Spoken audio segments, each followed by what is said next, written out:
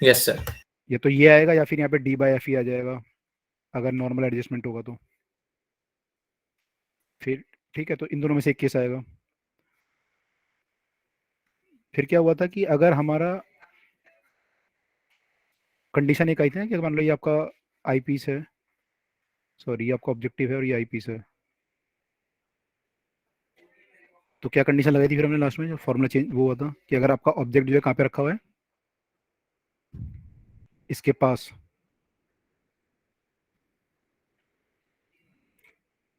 इसके पास, और आपकी जो इमेज बन रही है उसके पास बन रही है, तो फिर क्या होता था इस केस में, फॉर्मूला क्या बन जाता था आपका,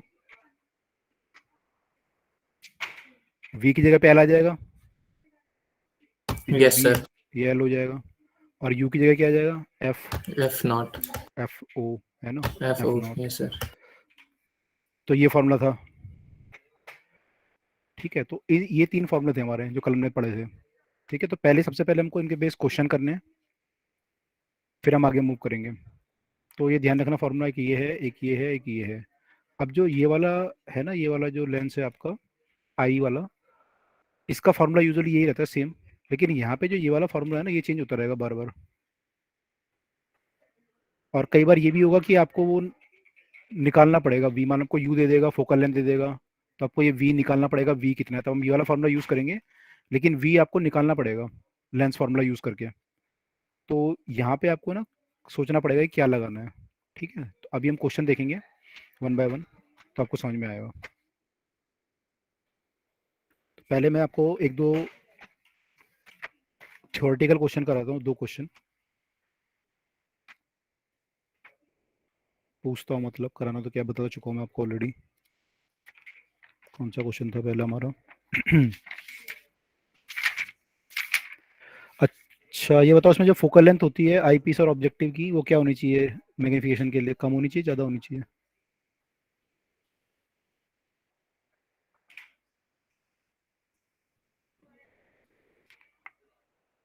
ऑब्जेक्टिव की और आई पीस की जो फोकल लेंथ है, अगर मैग्नीफिकेशन ज़्यादा करना है हमें, तो कम होनी चाहिए, ज़्यादा होनी चाहिए?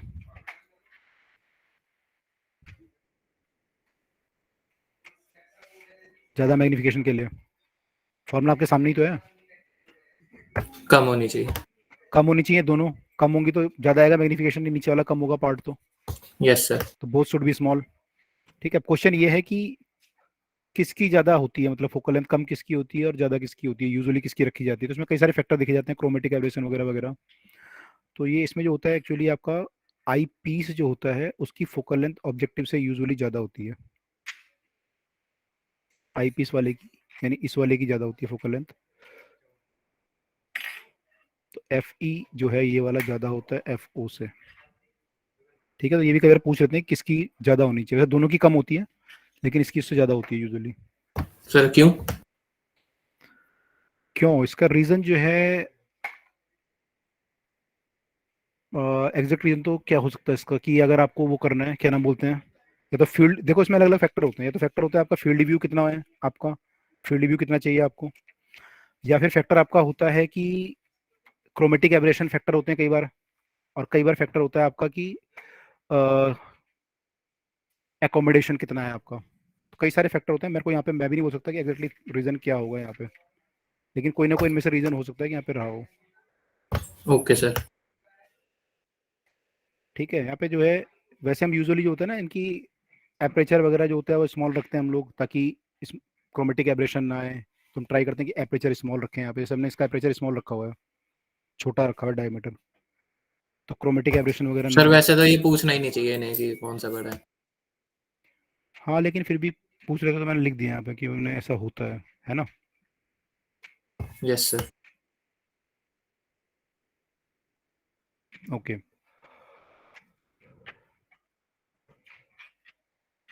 तो यहाँ पे फील्ड व्यू वगैरह के रीजन होते हैं कई बार कि फील्ड व्यू आपको कैसा है। ठीक है, चलो इसमें हम नहीं जाते डिटेल में, ये ऑप्टिकल इंस्ट्रूमेंट वालों का वो है फील्ड। अब जो है क्वेश्चन इसमें आते हैं। ठीक है, पहला क्वेश्चन तो ये था एक्चुअली कौन सा बड़ा होता है, दूसरा क्वेश्चन इसमें लिखा हुआ है कि अगर हमें इंक्रीज करनी है magnifying power of compound microscope, तो फोकल लेंथ यहाँ पे पूछ चुका हूँ ऑलरेडी, दोनों की फोकल लेंथ घटानी चाहिए, ऑब्जेक्टिव की बढ़ानी चाहिए, इसकी घटानी चाहिए। दोनों की बढ़ानी चाहिए या ऑब्जेक्ट की घटानी चाहिए, तो क्या आंसर आएगा इसका? मैग्नीफाइंग पावर बढ़ानी है आपको माइक्रोस्कोप की, तो focal length of objective should be increased, eyepiece should be decreased, both should be increase, both should be decreased, both should be small. क्या आंसर आएगा? अभी तो बताया था आप लोगों ने, दोनों क्या होनी चाहिए? सर क्वेश्चन एक बार और बोल दीजिए। अगर हमें मैग्नीफाइंग पावर बढ़ानी है, इसमें मैग्नीफाइंग पावर के क्वेश्चन नहीं आएंगे कि मैग्नीफाइंग पावर क्या होनी चाहिए। मैग्नीफाइंग पावर अगर बढ़ानी है सर आपको, डिक्रीज करना होगा। दोनों को घटाना पड़ेगा, यस सर। है ना। इसमें यही पूछेंगे मैग्नीफाइंग पावर आपकी कैसे बढ़ेगी कैसे घटेगी, ये रीज़न है। ठीक है, अब आते हैं न्यूमेरिकल पे। न्यूमेरिकल है magnification of a compound microscope is 30,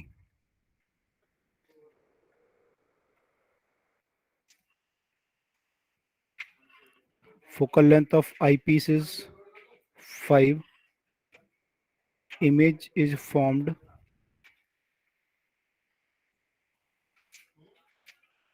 at least formed at distance of least distinct vision,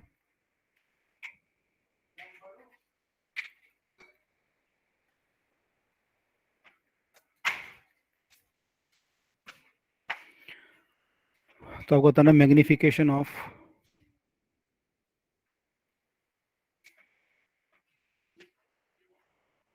objective lens, sorry magnification बोला है, फोकल लेंथ नहीं, magnification of objective lens is, कितना मैग्निफिकेशन होगा ऑब्जेक्टिव का?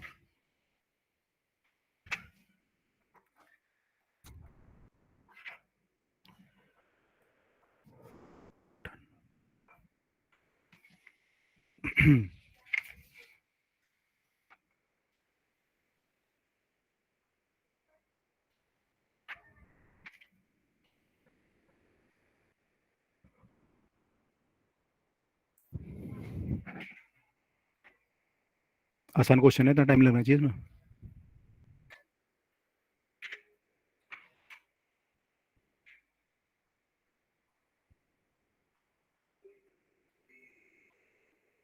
फाइव।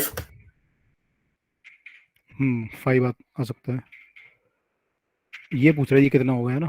तो ये तो 30 है, ये आपको निकालना है, ये कितना हो जाएगा? इतना। Yes sir. बस, आ गया आंसर।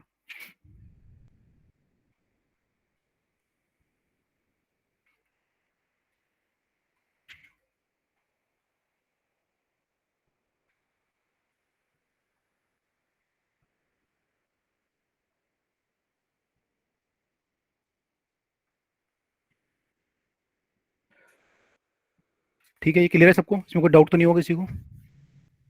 Yes sir. क्लियर है सर। ओके, तो आपको ये फॉर्मूला ध्यान रखना है बस, और ये ध्यान रखना है कि मैग्नीफिकेशन किसका कौन सा है, और लीस्ट वाले केस में क्या होगा, और नॉर्मल इन्फिनिटी वाले केस में क्या लेना है फॉर्मूला। ठीक है, अगला क्वेश्चन है हमारा।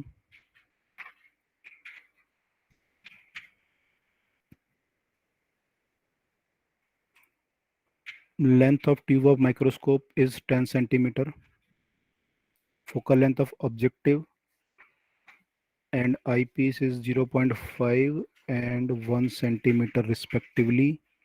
Magnifying power is,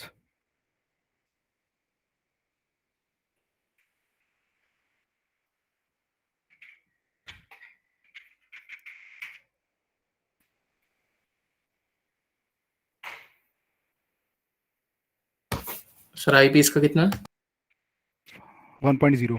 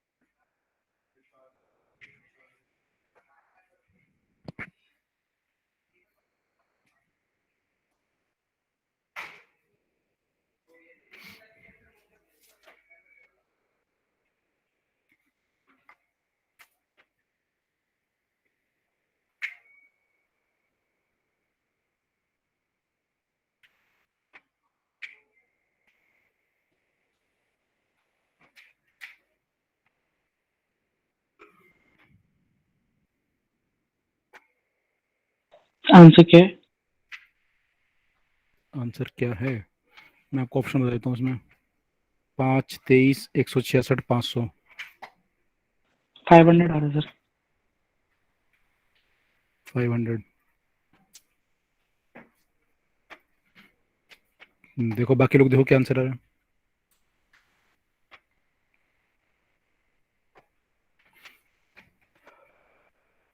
500 ठीक है। इसमें ना फॉर्मूले आप लोग बार बार लिखो, पीछे देख के मत करना क्वेश्चन, बार बार लिख के देखो, तब तो आपको याद होंगे फॉर्मूले। तो हमारा जो था V naught by U naught 1 + d/fe। अब ये नहीं पता है d/fe वाला कैसे है, 1 + d/fe वाला, तो लिख देते हैं अभी। अब V naught by U naught यहाँ पे दिया नहीं हुआ, तो वी नॉट को हम यहाँ पे एल वाला केस मान सकते हैं, L/F_O वाला केस है ये। 1 + d/fe, अब ये 1+ भी हो सकता है या d/f भी हो सकता है ना, या फिर ये फॉर्मूला होगा। वैल्यू पुट करके देखते हैं ऑप्शन कौन सा मैच करता है।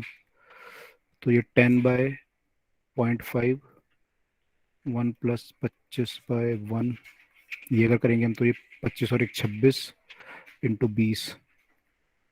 260 इंटू 520 आएगा ये वाला करेंगे तो 10 इंटू 0.5 इंटू 25 आएगा ये,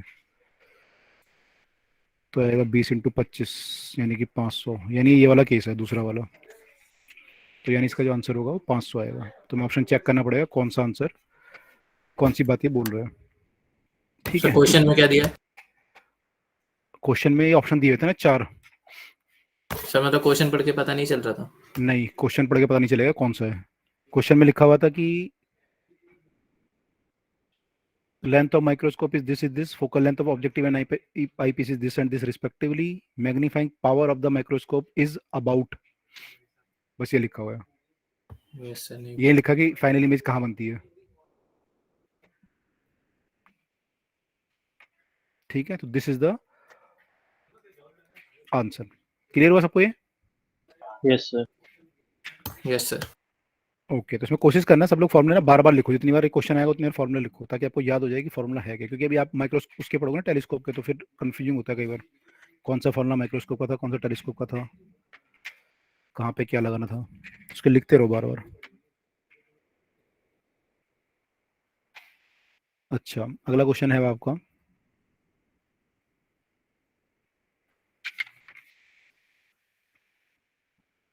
If focal length of objective and eyepiece are respectively 1.2 and 3 centimeter,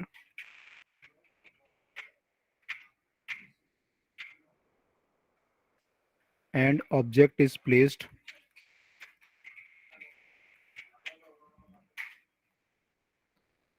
1.2 centimeter away from the, क्या लिखेंगे यहाँ पे, ऑब्जेक्टिव लेंस या eye lens? Objective. Objective lens 1.25 centimeter from the objective lens, and final image is formed at infinity.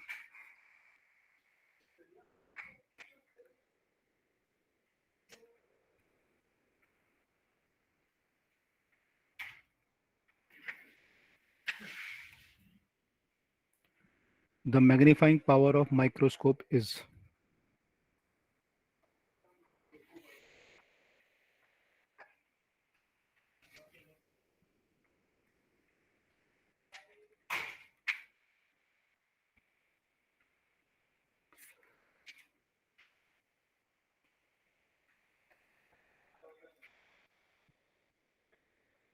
कितनी magnifying power होगी?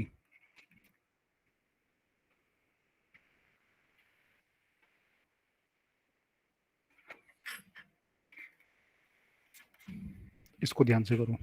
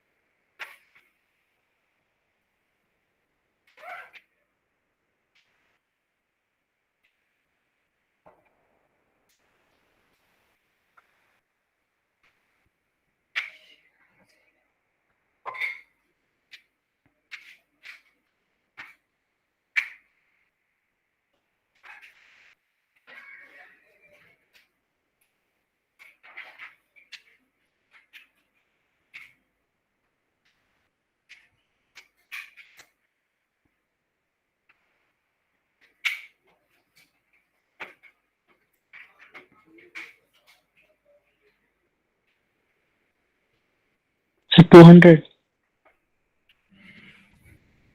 C answer. इसका answer है 200 ही बी। आया sir. B correct.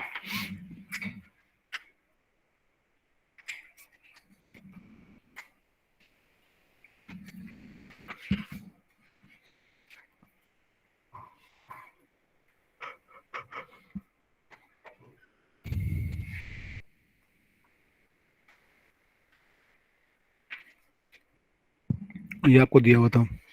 Sir approximately 200 भी चल जाएगा ना? आपका कितना आ रहा है? ज्यादा कमा रहा है इससे? यस सर, कुणाल आपका क्या आ रहा है? ज्यादा आएगा इससे। कुणाल आपका अप्रोक्सीमेट आ रहा है, एग्जैक्टली आ रहा एग्जैक्ट आ रहा है मेरा तो। है? एग्जैक्ट आ रहा है। सर कृष्णा वो बताओ मैंने थोड़ा सा डिवाइड कर लिया था उधर, कैसे किया? एलसीएम लेने की जगह डिवाइड कर लिया था। अच्छा, यहाँ पे ये है, ठीक है। Object is placed at sir one वहां पॉइंट। पर थोड़ा सा अलग आ रहा है जब वी की वैल्यू निकालनी है ना। देखो ये है 1.25 पे रखा हुआ है, और मैग्नीफाइंग पावर बतानी है आपको कितनी होगी। तो मैग्नीफाइंग पावर जो होती है मेरी, V naught by U naught D by F E वाला केस, इन्फिनिटी वाला केस है तो डी बाई एफ ई ले लेते हैं इस बार। ठीक है, तो ये तो मैं निकाल लूंगा। डी मुझे पता है, एफ ई पता है। अब मुझे वी और यू नॉट चाहिए, तो यू नॉट भी पता है यहाँ पे, वी नॉट नहीं पता, तो वी नॉट निकाल लूंगा। फोकल लेंथ मुझे पता है, यू पता है, तो वी आ जाएगा। ठीक है। और तो इसमें यही फॉर्मूला लगेगा, वो वाला फॉर्मूला लग सकता है एल वाला या बाकी वाला, क्योंकि यहाँ पे कुछ लिखा नहीं हुआ है ऐसा। तो ये वाला फॉर्मूला लगाते हैं यहाँ पे। तो वी नॉट और यू नॉट निकालने की कोशिश करते हैं। तो यू नॉट तो पता है, वी नॉट निकालने की कोशिश करते हैं। 1/v equal to 1/-1/u equal to 1/f होता है। तो v जो आपका आएगा,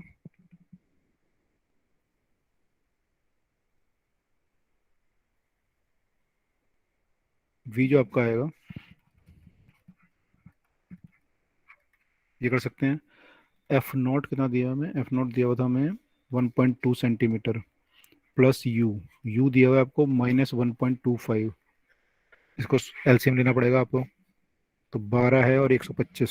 सर बस मैंने इसी पे डिवाइड कर दिया था इधर, जैसे 10 को 12 से कर दिया और 100 को 125 से। ओके, 5/6 है यहाँ पे, माइनस का आएगा यहाँ पे 5/4 है। 1.25 को 5/4 लिख सकते हैं मेरे ख्याल से। तो 30 एलसीएम ले सकते हो। तो 6×5 = 30, 30 एलसीएम आया तो 6×5 करोगे तो 25 आ जाएगा। 5 से मल्टीप्लाई, 6 से मल्टीप्लाई 24 आ जाएगा। तो ये 30 आ गया मेरे ख्याल से। तो v मेरा 30 आ रहा है। अब यहाँ पुट कर दो 30/1.25 इंटू 25/3। 3 से काटोगे तो 10, 25 से ये काटोगे तो 5×25 तो 200 आ जाएगा फिर। तो 200 is the right answer, 200 is the right answer. ठीक है, क्लियर हुआ सबको ये? मैंने सीधा वही वाला फॉर्मूला यूज कर लिया, F upon F, F plus you. F upon F plus, अच्छा जो डायरेक्ट इसका होता है v/u का, ये सब मैग्निफिकेशन का। मैग्निफिकेशन का। ठीक है यार, मैं याद नहीं करता ज़्यादा फॉर्मूले। चलो, कर सकते हो हाँ डायरेक्ट भी, क्योंकि मैग्निफिकेशन का यूज़ करते हो वहाँ पे। मतलब हमारा कंसेप्ट क्लियर होना चाहिए कि हमें मतलब करना क्या है, कौन सा फॉर्मूला लगाना है पेपर में। ऐसा नहीं कि जबरदस्ती आप एल वाला लगा रहे हो, कुछ और सोच रहे हो। कई बार बच्चे सोचते हैं यहाँ पे कि एफ को एल मान लेते हैं, ये मान लेते हैं। तो क्लियर होना चाहिए कि हमें करना क्या है। तो सबको क्लियर हो गया हमने क्यों किया, कैसे किया, कौन सा फॉर्मूला लगना था, क्यों लगाया, कैसे यस निकाला? क्लियर है ये? Yes sir. ओके, अगर ये क्लियर है तो फिर अगले क्वेश्चन में मूव करते हैं हम लोग। ये वाला क्वेश्चन था हमारा,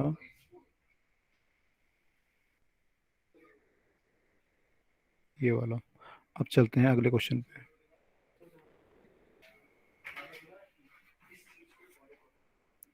A compound microscope has eyepiece of focal length 10 centimeter and objective of focal length 4 centimetre. Objective का 4 सेंटीमीटर दिया हुआ है यहाँ पे। Calculate the magnification if object is placed at 5 centimetre. Objective is placed 5 centimeter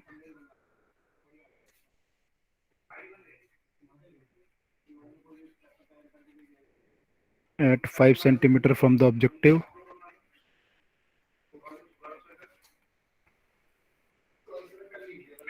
so that final image is formed at least distance vision 20 centimetre दिया हुआ है उसमें लीस्ट डिस्टेंस विजन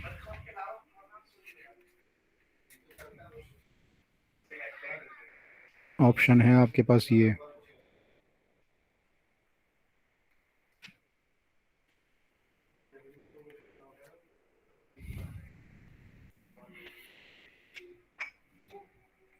ऑप्शन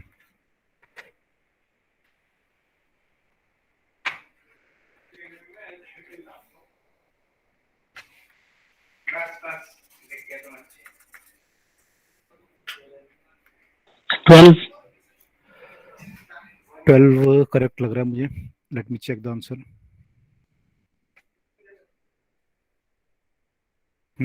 12 सही है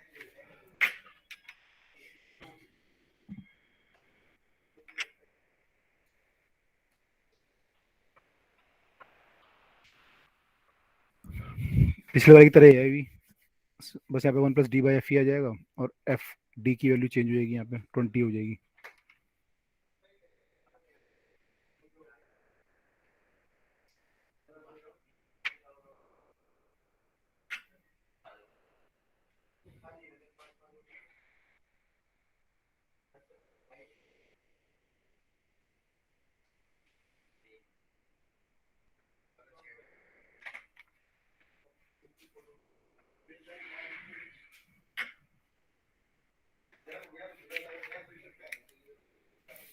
आया बाकी लोगों का आंसर एक मिनट ओके करो solve 1 + d/f I piece VUO ऐसा कुछ फार्मूला होता है कि आपको निकालना पड़ेगा यहाँ पे ये तो निकाल लोगे ये निकाल लो U आपको दिया फिर दोबारा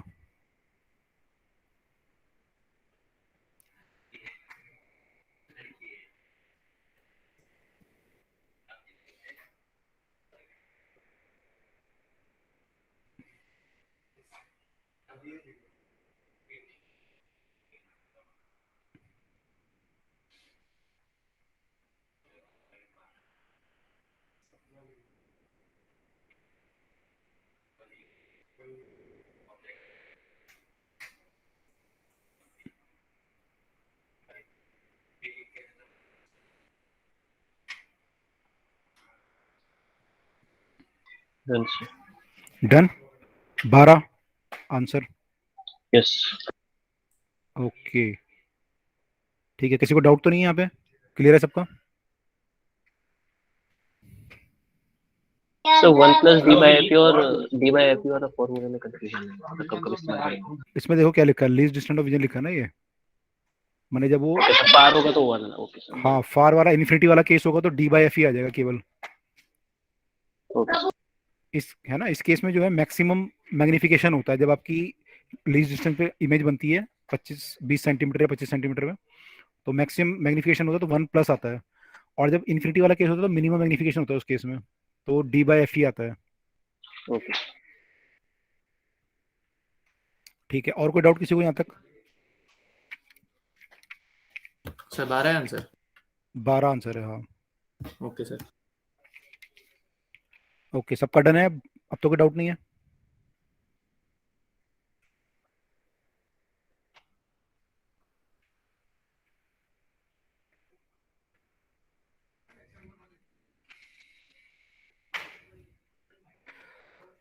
f of this is this f this is this the distance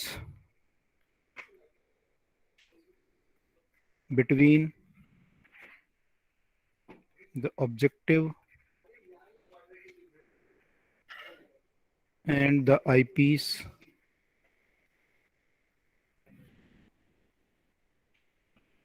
is 15 centimeter. The final image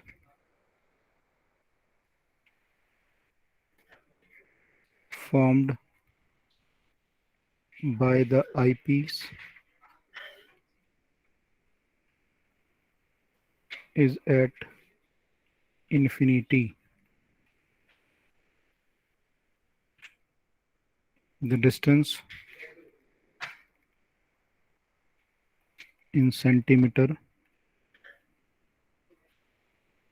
of the object and the image produced by the objective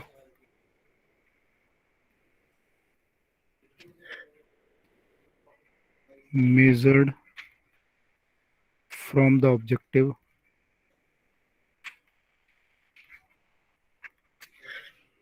are respectively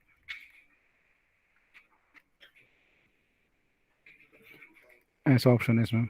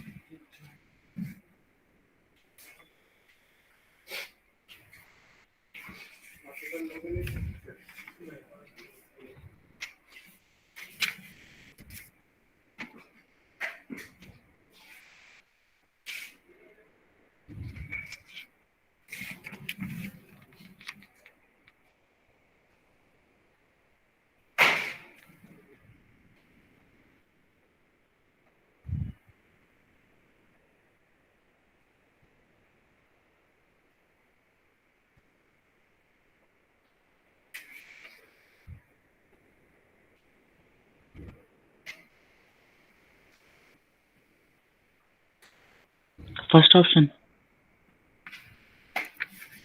2.412. एक मिनट.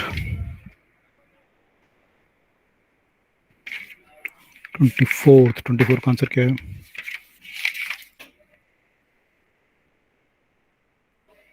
ए. करेक्ट है.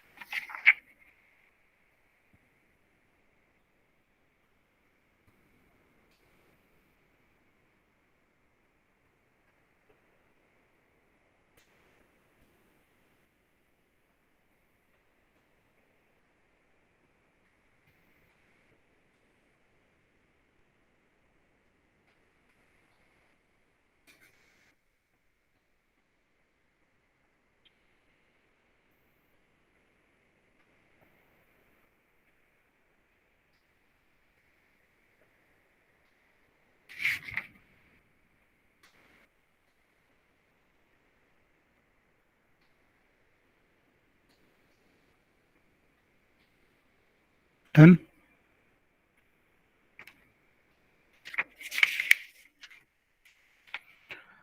देखो थोड़ा question को ध्यान से समझो, केवल फॉर्मूले से काम नहीं चलेगा। Distance between the objective and the eyepiece is 15 centimetre.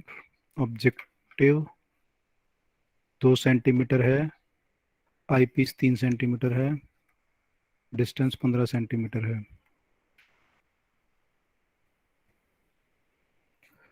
ये आईपीस है इधर को, है ना। ऑब्जेक्टिव इज 2 सेंटीमीटर, आईपीस हमने 3 लिया, ठीक है। अब क्या बोल रहा है, image form by the I is form by the infinity, तो फाइनल इमेज इज इन्फिनिटी, तो फाइनल केस इन्फिनिटी है, ठीक है। Distance of the object and the image produce by the objective from the objective. आपको बताना जो objective है उससे ऑब्जेक्ट कहाँ रखा हुआ है और इमेज कहाँ बन रही है, ठीक है। तो एक चीज तो हमें क्लियर हो रही होगी कि ये डिस्टेंस कितना होगा, फाइनल इमेज इन्फिनिटी पे बननी है, तो ये डिस्टेंस कितना रहा होगा।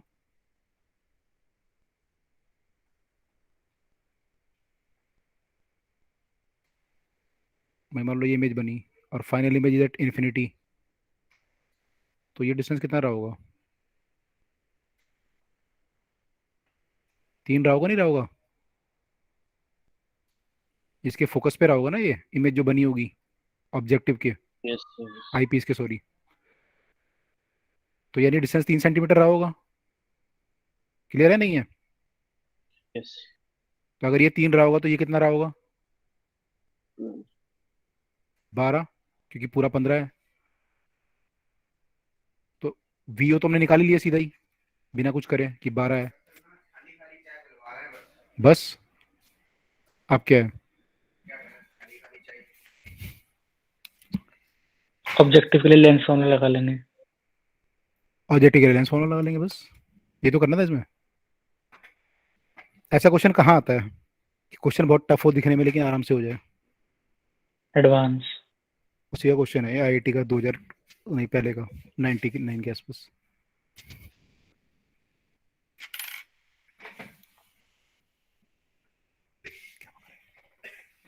सर जैसे आप मेन से अगर शिफ्ट होगा पीछे तो एडवांस भी होगा। 1 महीने का फर्क होगा उसमें, और क्या होगा। हाँ फिर शिफ्ट तो देखो, अगर उससे पहले मीन्स सारे अटेम्प्ट हो जाएं, एडवांस वाले लगभग 20 दिन से 1 महीने का गैप रखेंगे अपना। अगर 3 अटेम्प्ट्स भी होते हैं तो लगभग 2-3 महीने का गैप होगा ना फर्स्ट अटेम्प्ट और उसके बीच में। 1 मिनट, हाँ। Yes sir.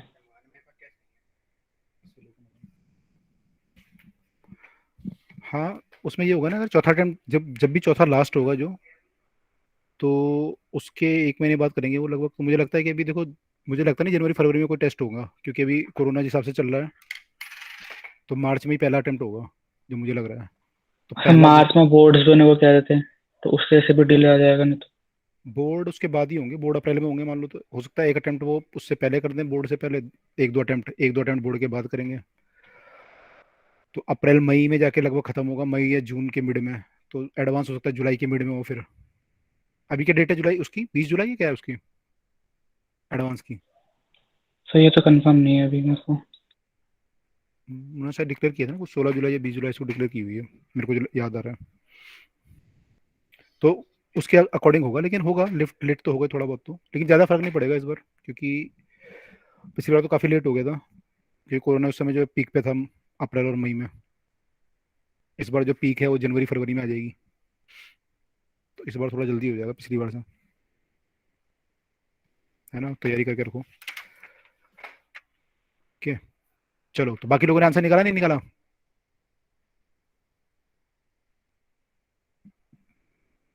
और एडवांस वाले बच्चों ने वो कर लिया सारा जो असाइनमेंट दिया था आप लोगों को, मैकेनिक्स वाला कंप्लीट कर लिया। Yes sir. सौमिल, दिक्ता, कुणाल। सौमिल ने किया, नहीं किया।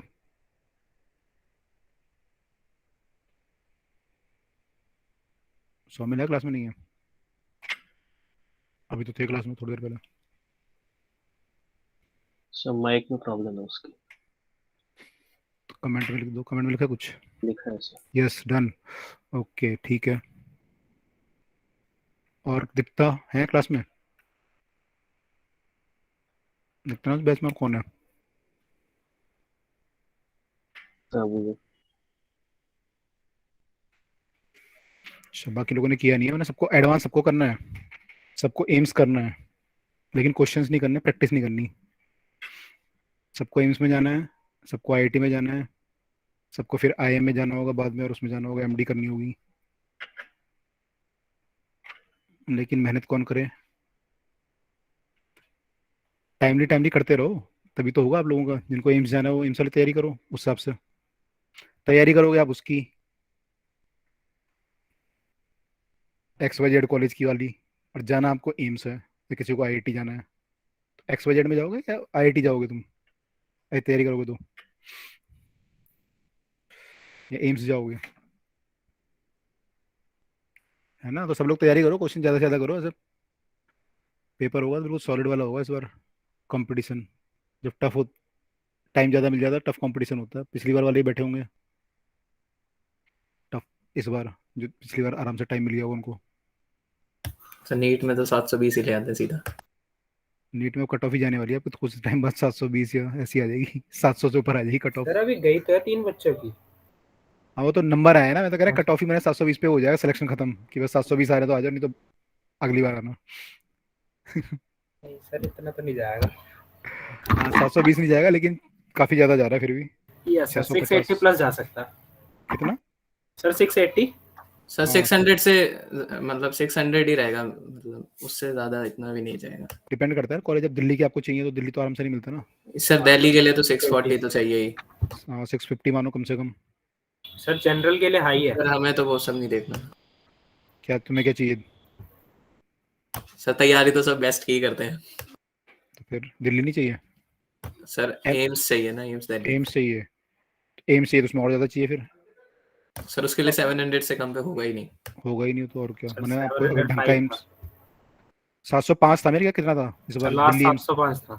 दिल्ली एम्स 705 पे बंद हुआ था, 4 पे भी नहीं मिल रहा था, 5 या 6 पे बंद हुआ था जो मुझे ध्यान आ रहा है दिल्ली एम्स। सर मतलब 3 क्वेश्चन से ज्यादा गलत करना अफोर्ड नहीं कर सकते हम। बिल्कुल। और आपको तो एक ही चांस है, जेई वालों की तरह है भी नहीं कि 4 बार पेपर हो रहा है। यस सर, फिर पूरा 1 साल बेकार, ये कॉम्प्रोमाइज करना पड़ेगा। तो है ही। और बिल्कुल अगर एम्स का सोच रहे हो, एम्स तो फिर अलग ही हो गया ना। एम्स तो मैंने लगी है कि इतनी ज़्यादा प्रैक्टिस करनी पड़ेगी हर चीज़, छोट मैंने हर तरह का क्वेश्चन, हर तरह के टॉप कॉन्सेप्ट के 3-3 क्वेश्चन, हर तरह के कॉन्सेप्ट की हर तरह की थ्योरी कि ऐसा क्यों होता है, ऐसा मैंने हर। भाई आपका पेपर आप क्वेश्चन क्यों नहीं कर पाते? अब मैंने यूजुअली देखा है, आईआईटी वाले बच्चे हों या नीट वाले बच्चे हों, कोई क्वेश्चन छोड़ने का रीजन क्या होता है? उनका रीजन ये होता है कि उस टॉपिक के उन्होंने ज़्यादा नंबर के क्वेश्चन नहीं किए होते, या मैं बोलूँ तो अप्रोप्रिएट नंबर ऑफ क्वेश्चन नहीं किए होते उन्होंने, वही टॉपिक उनका छूट जाता है वहाँ पे।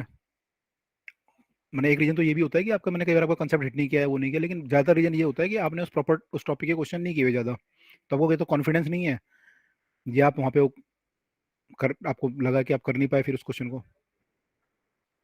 तो अगर आपने हर टॉपिक के नंबर ऑफ क्वेश्चन किए हुए हैं ढंग से, जैसे आपकी ये माइक्रोस्कोप ही है, मैं आपको पिछली क्लास में पढ़ा चुका था, अब मैं 2 क्वेश्चन करा के आगे भी बढ़ सकता था, और टीचर करते भी ज़्यादातर, कितना टाइम होता नहीं क्लास में कि पढ़ाई ज़्यादा, लेकिन मैंने आपको हर तरह के क्वेश्चन लगभग करा दिए। तो ऐसे आपके हर एक टॉपिक में हर तरह के क्वेश्चन होने चाहिए, तो फिर आपके चांस बढ़ जाते हैं। तो आपने देखा होगा फिजिक्स में मैंने ट्राई किया कि आपके सारे टॉपिक जो भी अब तक हुए हैं, सबके नंबर ऑफ क्वेश्चंस कराए हैं हर एक टॉपिक के। तो अब हम लोग सारे क्वेश्चन कर चुके हैं, आपका स्ट्रॉन्ग फाउंडेशन है। अभी आपके ऊपर है नेक्स्ट जो आप स्टेप करेंगे, रिवीजन जब करेंगे, कि सब चीज़ों को फिर आप एक साथ ला पाएँ और उसको फाइनली पुट कर पाएँ। तो अब जो प्रैक्टिस करोगे, अभी रिवीजन करोगे, उसमें सब चीज़ों को एक साथ लाना, इकट्ठा करके तो कर, और आप कर सकते हो इजीली, क्योंकि हम कई बार आपके पेपर भी कर चुके हैं, आपके 11th के पेपर 2-2 बार हो चुके हैं, 12th का हम कर चुके हैं फुल टेस्ट 2-2 3-3 बार, अगर आपने ढंग से, जिस बच्चे ने किया होगा, है ना? हम कई बार कर चुके हैं पेपर ये। और अभी आपकी टेस्ट सीरीज भी शुरू हो चुकी है ऑलरेडी, अभी तो बहुत टाइम है आपके लिए, तो नीट वालों के लिए तो आप लोगों के बहुत अच्छे चांस हैं कि आप बहुत अच्छा स्कोर कर पाओ, प्रोवाइड आप लोग सारे सब्जेक्ट में सेम कर रहे हो।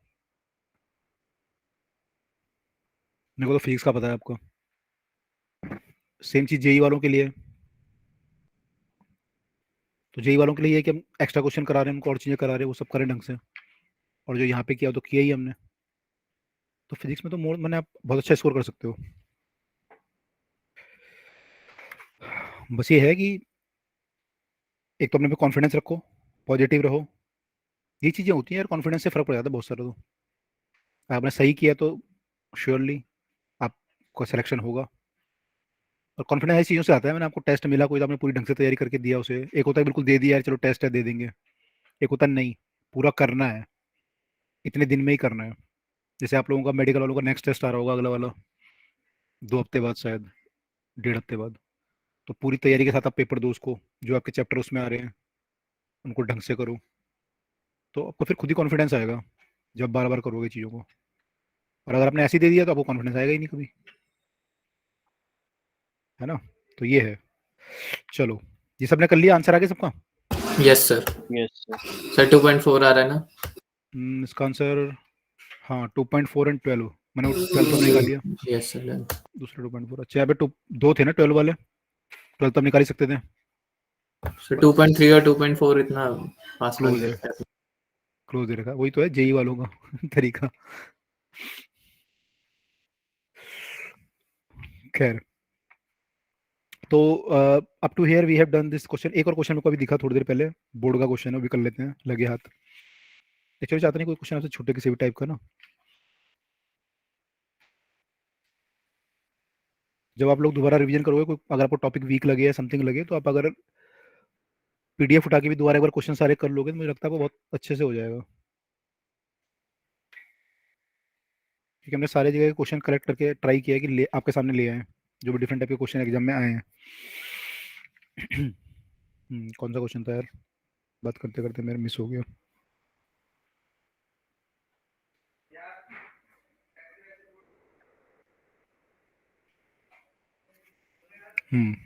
ओके ये क्वेश्चन है, compound microscope has objective of focal length, short में लिख रहा हूँ, 1 centimetre, eyepiece of focal length 2.5, object is placed at a distance of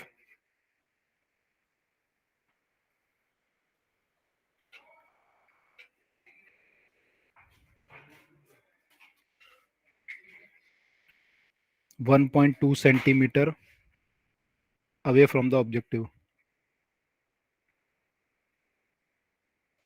अभी 2 साल पहले एक बच्चा था, मैं नाम भूल गया क्या था यार, आईआईटी में गया था खड़गपुर में, मैंने उसे आईआईटी खड़गपुर मिली थी और रुड़की मिल रही थी, तो उस टाइम वो खड़गपुर जाने की तैयारी कर रहा था, फिर रुड़की भी मिल गई थी शायद उसे, पता नहीं कौन सी ली उसने फाइनली।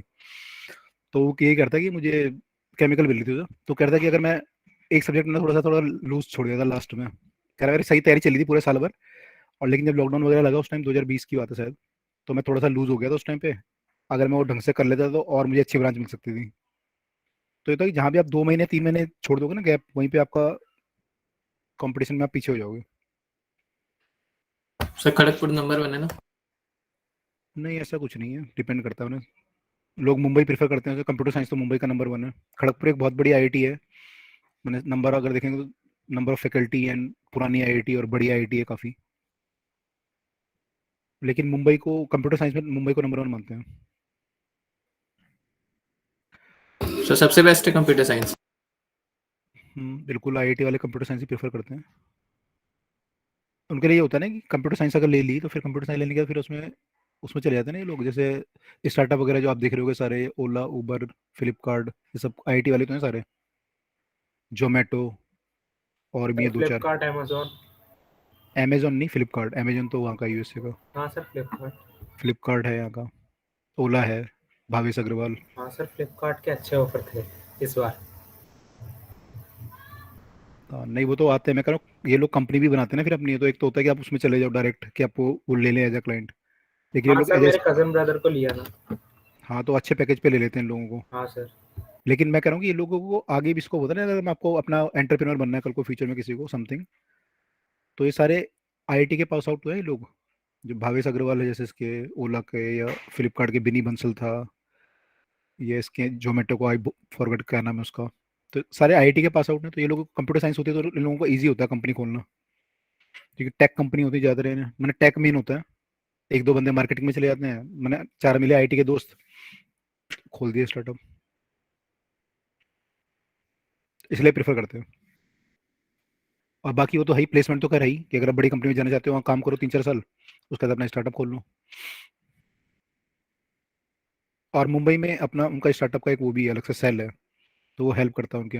इनफैक्ट जो ओला है वो मुंबई आईआईटी का ही स्टार्टअप है, उसकी जो सेल है उससे डेवलप हुआ था वो धीरे धीरे। Object place at a distance of 1.2 centimetre है ये फ्रॉम द ऑब्जेक्टिव।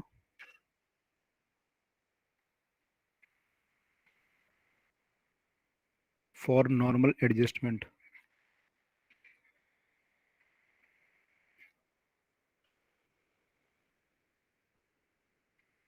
और जो मेडिकल वाले बच्चे हैं वो आजकल आईएएस में जा रहे हैं, आईएएस में इस बार शायद टॉपर है, कई सारे वो मेडिकल के हैं।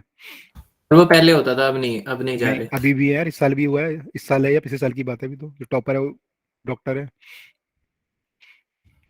अभी भी हो रहा है।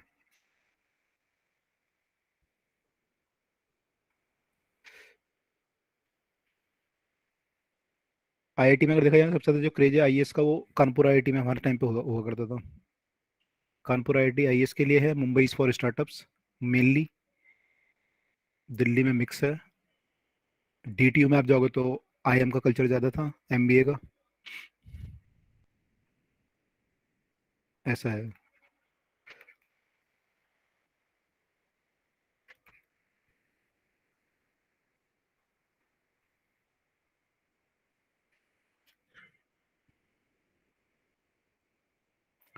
Okay, so this is the question.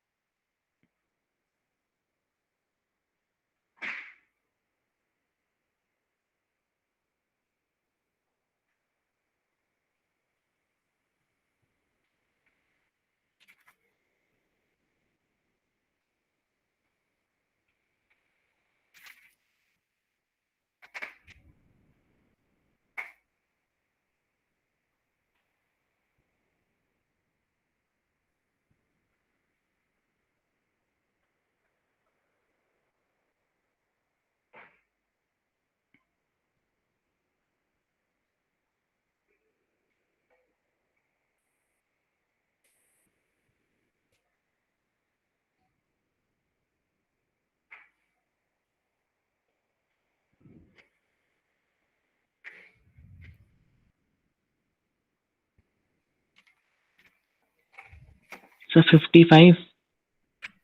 55 is magnification, correct.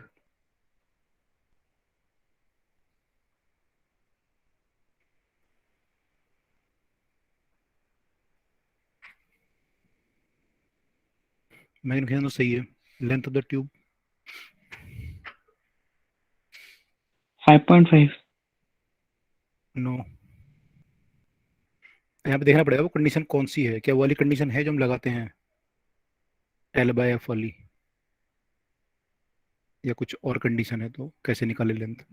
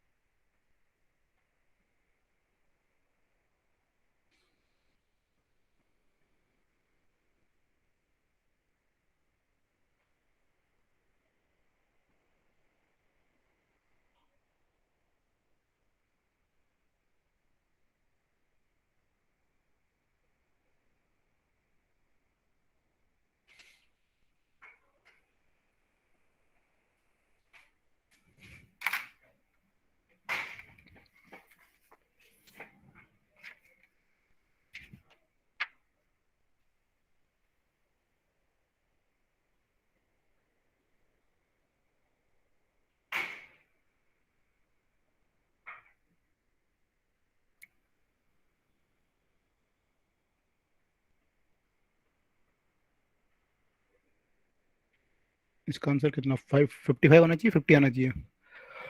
किताब वाले ने 55 लिखा हुआ है, मुझे लगता है कि 55 तो नहीं आएगा, नॉर्मल एडजस्टमेंट लिखा है यहाँ पे।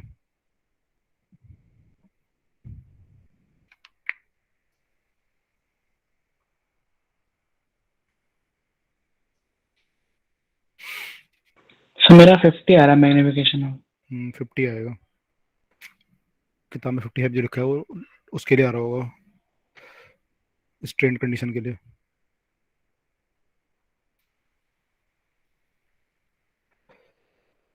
तो ये तो सब लोग निकाल लेंगे। इसमें आपको आपको ऑब्जेक्टिव का एफ पता है और यू पता है, तो पहले वी निकाल लो, फिर V naught by U naught D by F E.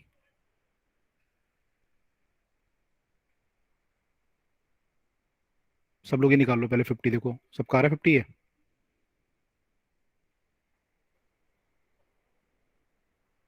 F not और यू नॉट का यूज करके वी नॉट निकाल लो।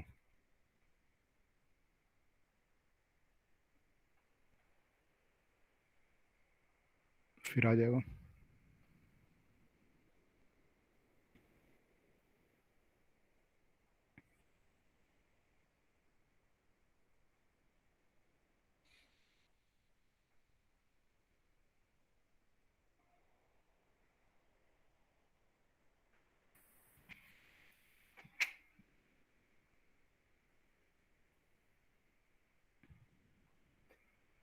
सर लेंथ क्या आ रही है? लेंथ आप लोग बताओ कितनी आएगी, सब्जेक्टिव क्वेश्चन है सीबीएसई का। ये है सबका, पहले बताओ 50 आया सब लोगों का, नहीं आया? यस सर आ गया। Yes you not 1.25, F not आपका 1.0 है, तो वी नॉट कितना आ रहा है ऐसे देखो।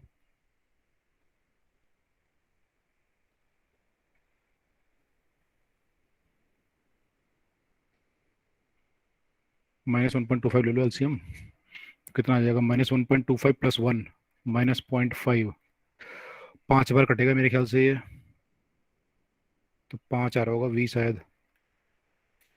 अगर वी 5 आ रहा है तो ये 5/यू कितना दिया हुआ था, 1.2, डी आपका 25/2.5। मेरा सही है V5? कुणाल V5 आ रहा है, कितना रहा है? सो मैग्निफिकेशन मैंने 50 आ रहा है। कितना आ रहा है? सर 6 है अभी। जिससे 5 आएगा। सही आ रहा है। वी नॉट कितना दिया था यहाँ पे? 5 आ रहा था बाय 1.2। देखो बाकी लोगों सर का 5 नहीं आ रहा सर, 6 आ रहा है। 6 आ रहा है। सर यस 6 आ सर। गया। तभी मैं कहूँ सर, मेरा भी अभी मैंने दोबारा किया था तो उस समय तो 50 आ रहा था ना मैग्निफिकेशन। दोबारा चेक कर लेता हूँ। वन आपने बाय वन 1.25 ले लिया, 2.2 दे रखा है।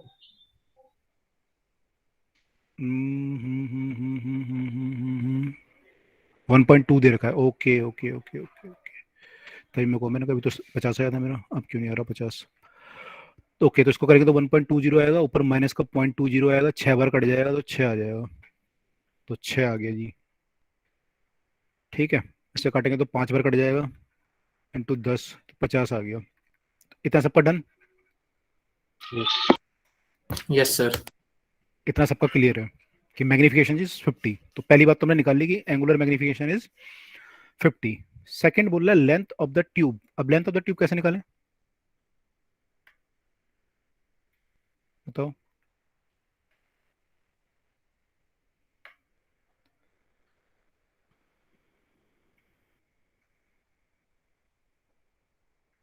लेंथ ऑफ द ट्यूब कैसे निकालें? 2.5 है ये, यू आपको दिया हुआ है 1.2, वी आपका है 6। अब लेंथ ऑफ द ट्यूब निकालनी है, कैसे निकालूं बताओ? आप लोग कैसे निकाल रहे हो मतलब?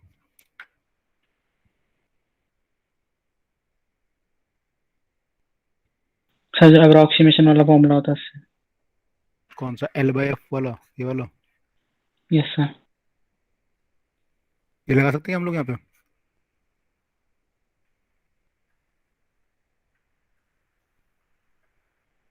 ये लगा सकते हैं, नहीं लगा सकते? देखो ये तब लगा सकते हैं अगर उसने दिया हो कि ये जो बन रहा है यहाँ पे बन रहा है, ठीक है। तो अगर कोई तरीका हमारे पास नहीं होगा, यूजुअली नहीं होता है क्वेश्चन में, तो हम ये तरीका लगा लेते हैं और उससे जो भी आता है वैल्यू आंसर होता है। लेकिन अगर हम कुछ और तरीका देखते हैं यहाँ पे, अगर कुछ और तरीका है जिससे हम निकाल सकते हैं क्या, तो यहाँ पे और तरीका भी है। क्योंकि देखो यहाँ पे ये जो इमेज बनी है 6 सेंटीमीटर पे बनी है, और फाइनल इमेज कहाँ बनी है?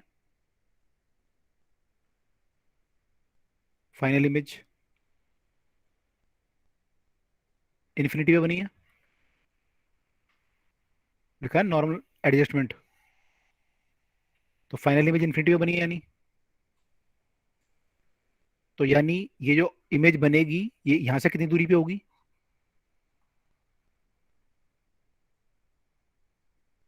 2.5। 2.5। तो लेंथ ऑफ द ट्यूब क्या हो जाएगा? 8.5। 8.5। ठीक है, तो क्वेश्चन आपको देखना पड़ेगा कि सर एक एग्जैक्ट बार फिर कंडीशन वहाँ पे बता क्या दें। है। सर एक बार फिर बता दें। सॉरी, सर दोबारा बता दें। दोबारा बता दूं भाई आपको यू पता था, यू कितना है ऑब्जेक्टिव से? ये तो क्वेश्चन में दिया ही हुआ था 1.2। वी आपने पीछे निकाल लिया सॉल्व करके, 6 आया। तो इमेज यहाँ बनी, तो ऑब्जेक्टिव ने जो है ये ऑब्जेक्ट था इसकी इमेज यहाँ बनाई।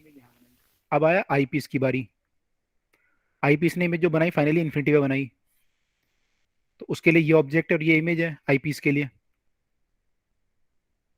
यस तो ये ऑब्जेक्ट अगर फाइनल इमेज इन्फिनिटी पे बना रहा है, तो ये ऑब्जेक्ट कहाँ पे रखा होगा? इसके फोकस पे रखा होगा।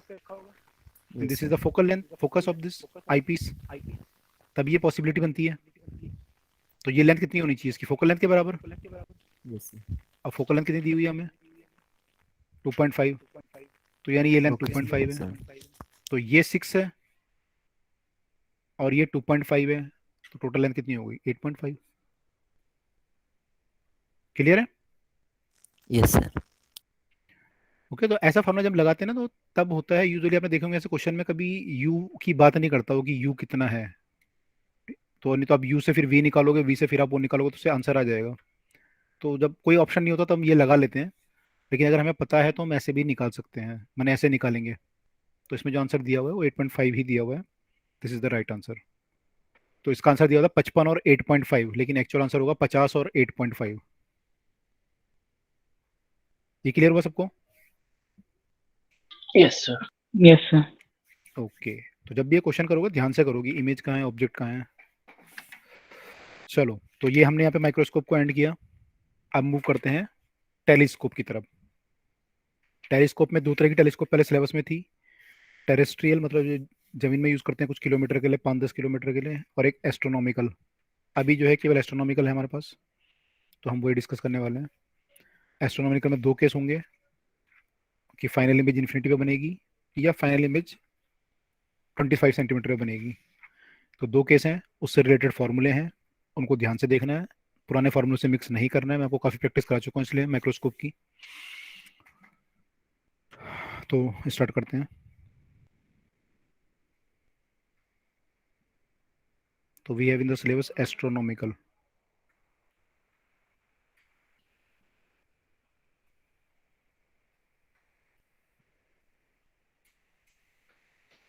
एस्ट्रोनॉमिकल टेलीस्कोप का मतलब ये हो गया कि जो रे आएगी पहले ऑब्जेक्टिव के ऊपर, वो कहाँ से आ रही होगी? इन्फिनिटी से, बहुत बड़ा डिस्टेंस, तो इन्फिनिटी से आ रही होगी।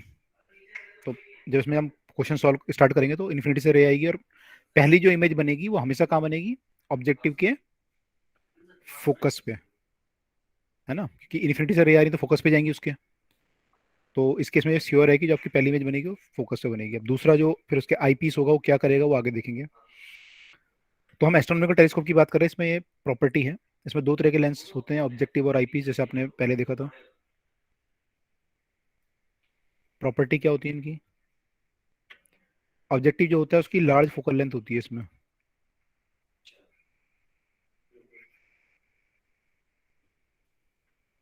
एंड लार्ज एपरेचर भी होता है।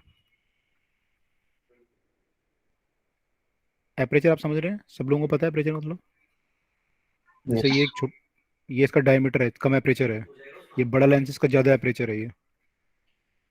तो ये लार्ज एपरेचर होता है। क्यों होता है? क्योंकि लाइट आ रही होती है उसको ज्यादा गैदर करने के लिए, ज्यादा लाइट जो होगी उसको कन्वर्ट करेगा ना, क्योंकि लाइट बहुत कम आ रही होती है भाई, स्टार से कितनी लाइट आएगी पृथ्वी पे, तो उसको लाइट को आपको गैदर करके एक उसकी इमेज बनानी है, तो आप चाहोगे कि ज्यादा लाइट आपकी आए इसमें, तो इसलिए आप ज्यादा एपरेचर यूज करोगे टू गैदर मोर लाइट। ठीक है, यस। ओके। इससे लेकिन प्रॉब्लम क्या आएगी? इससे प्रॉब्लम ये आएगी कि भारी हो जाएगा काफी है एक तो, अगर बड़ा लगाओगे आप तो। ठीक है, और भी इसमें कई सारे डिफेक्ट आते हैं, जब बढ़िया आप एपरेचर लेते हो ना, कई सारे डिफेक्ट इसमें आ जाते हैं फिर। अब इसका आई पीस होता है, आई पीस की प्रॉपर्टी क्या, आई लेंस की प्रॉपर्टी क्या होती है? इसकी फोकल लेंथ स्मॉल होती है और एपरेचर हम स्मॉल रखते हैं, क्योंकि बड़े एपरेचर में एक्चुअली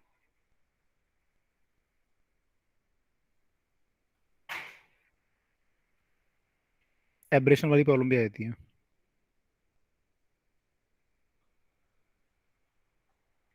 तो इसमें हमें जरूरत नहीं होती, तो हम इसको स्मॉल फोकल लेंथ रखते हैं, तो इसमें प्रॉपर्टी है इसकी।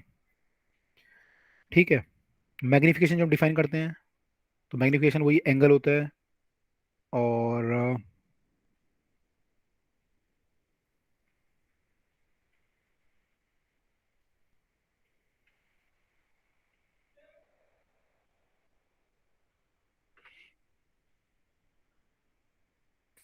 तो ये हो गया कि एंगल सबटेंडेड बाय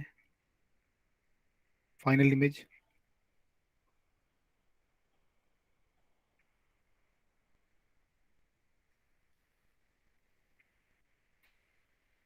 कब? तो अभी लिखेंगे डिपॉन angle subtended by the object.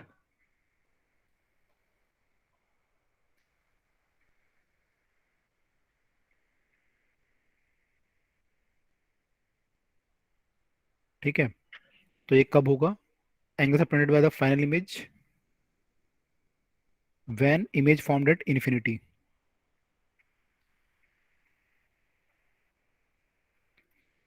ठीक है, इस केस में मैंने डिपेंड करता है इन्फिनिटी होगा या डी होगा, अगर डी वाला केस होगा तो उसको डी बोलेंगे। Divide by angle subtended by the object when seen without telescope या व्हेन सीन डायरेक्टली। तो इन दोनों का जो रेशो होगा,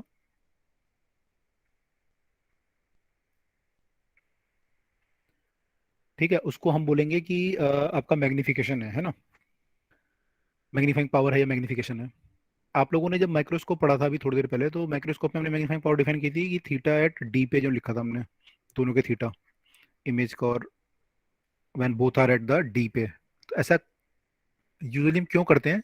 आप ये बताओ, अगर नेक्ड आई है मान लो, तो नेक्ड आई मैक्सिमम मैग्निफिकेशन कब प्रोड्यूस करेगी? जब ऑब्जेक्ट कहाँ रखा हो, डी पे। डी पे। डी से कम तो आप देख नहीं सकते, तो मैक्सिमम जो है एंगल जब बनाएगा जब डी पे होगा, तो ये नेक्ड आई यस डी सर। पे, डी पे पॉसिबल है।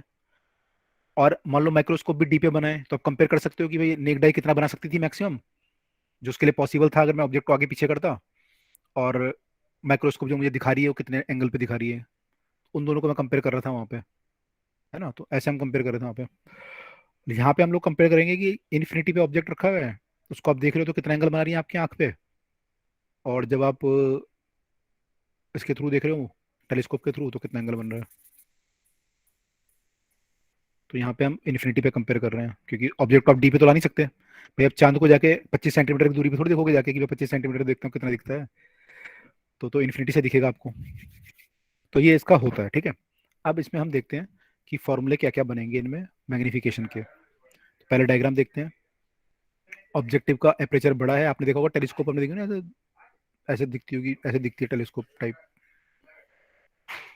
तो ये बड़ा होता है एपरेचर, यहाँ वाला जो लेंस होता है ये वाला, है ना, ये वाला छोटा होता है पीछे वाला। तो ऐसा टाइप का होता है, देखो यहाँ पे,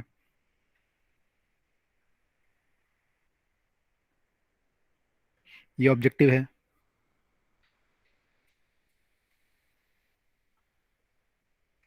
इन्फिनिटी से रे आ रही है,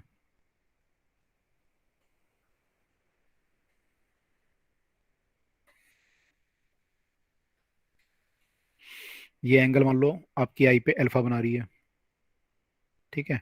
अब ये रे जाके कहाँ मिलेंगी, इसके फोकल प्लेन पे जाके मिलेंगी कहीं। मान लो उसका फोकल प्लेन यहाँ पे है, तो ये सारी रे आके फोकल प्लेन पे मिली। ये आपका ऑब्जेक्टिव था, ऑब्जेक्टिव या ऑब्जेक्टिव लेंस, जो भी आप बोलना चाहो। तो ये जो डिस्टेंस होगा ये क्या होगा, ये पॉइंट एफ ओ होगा, ठीक है। ये एंगल अल्फा होगा मान लो। और ये आपकी जो है, जब आप अल्फा निकालोगे तो यहाँ से निकाल सकते हो आप इसकी लेंथ, माने 10 अल्फा जो आएगा वो this divide by F O आएगा, ठीक है। तो 10 अल्फा तो यहाँ से आ जाएगा। ये बात क्लियर हुई सबको? यस। ओके, इसको मान लेते हैं हम C1 है ये लेंस का ये पॉइंट, और ये एफ ओ है, ठीक है। अब जो है आया आई लेंस, तो आई लेंस को हम रखेंगे यहाँ पे, छोटा होता है लेंस। आपको इमेज चाहिए इन्फिनिटी पे, अगर आपको इन्फिनिटी पे इमेज चाहिए तो ये डिस्टेंस कितना होना चाहिए यहाँ से यहाँ तक का, focus focal length. Focal length. तो ये एफ ई भी है एक तरह से, तो डिस्टेंस एफ ई के बराबर है, और ये पॉइंट एफ ई है। तो जब ऐसा केस होगा तो ये रे जो होंगी ये बेंट होके लगभग जो है ऐसे हो जाएंगे कि आपको थोड़ा सा हमें बड़ा बनाना पड़ेगा। नीचे जो रे आएंगे ना ये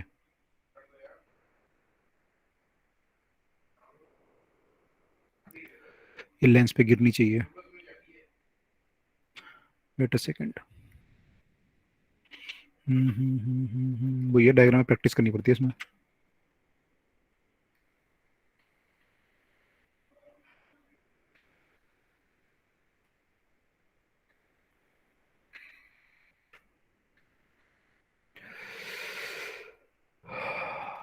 तो आई लेंस हमें बड़ा बनाना पड़ेगा, या फिर हमें रे थोड़ा सा एंगल कम लेना चाहिए था। तो देखो प्रैक्टिस करोगे तो आपका ठीक होगा। तो आपको यहाँ पे थोड़ा सा लेंस, क्योंकि लेंस पे गिरनी चाहिए ना रे। अब मैंने बड़ा बना दिया, लेकिन ये बड़ा नहीं बनेगा, छोटा बनेगा। तो हम क्या करेंगे, ऑब्जेक्टिव को और बड़ा कर लेते हैं।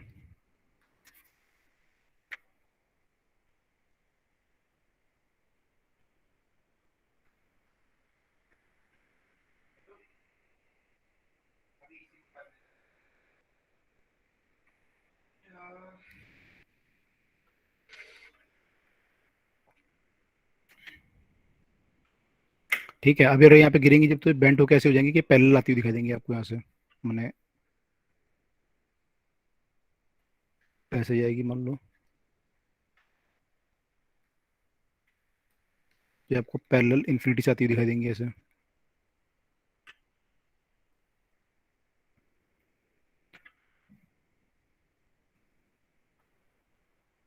राइट, तो ये इन्फिनिटी से आ रही हैं।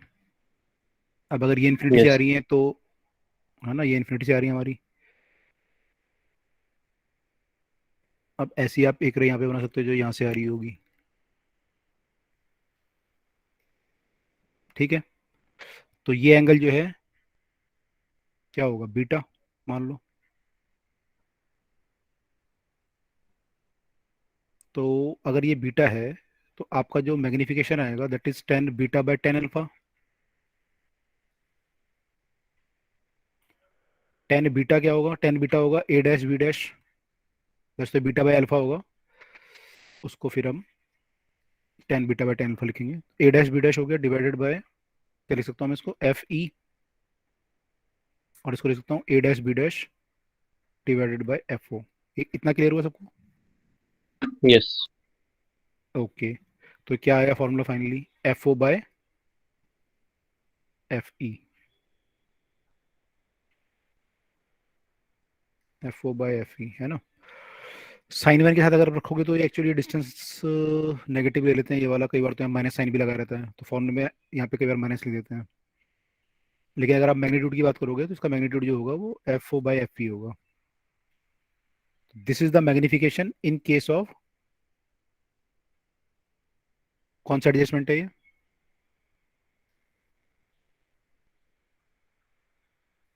नॉर्मल। ये पहला केस है हमारा नॉर्मल एडजस्ट।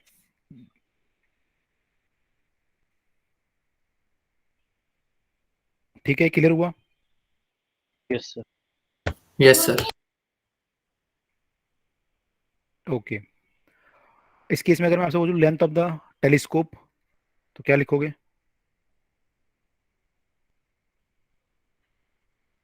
वैल्यू जल्दी बताओ।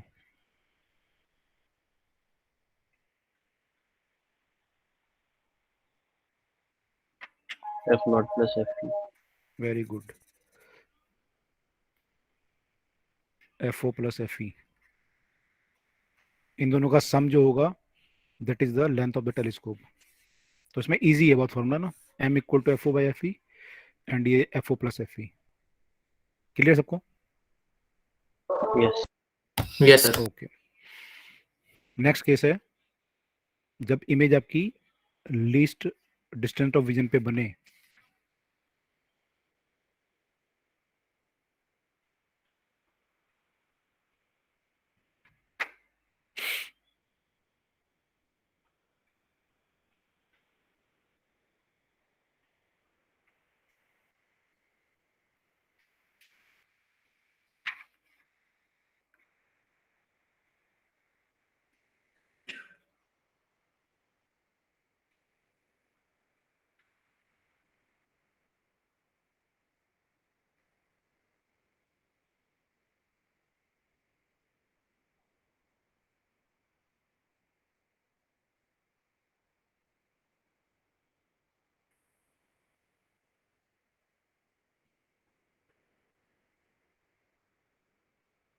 ठीक है, तो इस केस में क्या होगा, पहला वाला तो सेम रहेगा चीज, इमेज माने रे आएगी इन्फिनिटी से और जाके उसके फोकल प्लेन पे कहीं मिलेगी ऑब्जेक्टिव के, तो वो चीज़ तो अभी भी सेम रहेगी।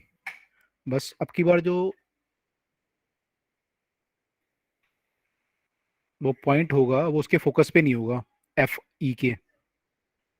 तो मान लो रे आ रही है यहाँ से,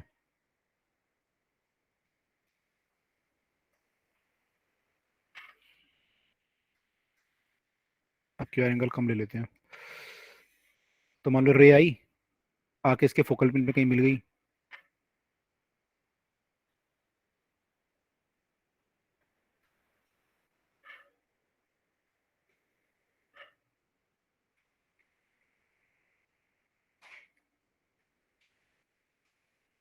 ठीक है, मान लो यहाँ पे आके मिली है, तो ये जो डिस्टेंस होगा ये आपका ऑब्जेक्टिव है। तो ये डिस्टेंस आपका जो होगा, ये डिस्टेंस आपका एफ ओ होगा। ठीक है जी, अब ये यहाँ पे इमेज बनी, ठीक है, ये एफ ओ है फोकस। अब आया आई पीस, तो आई पीस जो है यहाँ पे है मान लो,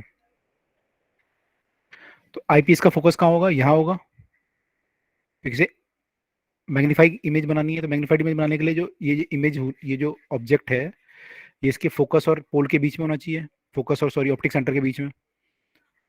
तो ये आई जो उसका आई पी वो होगा, एफ ई होगा, वो यहाँ कहीं होगा। ठीक है, ये बात क्लियर हो रही है सबको?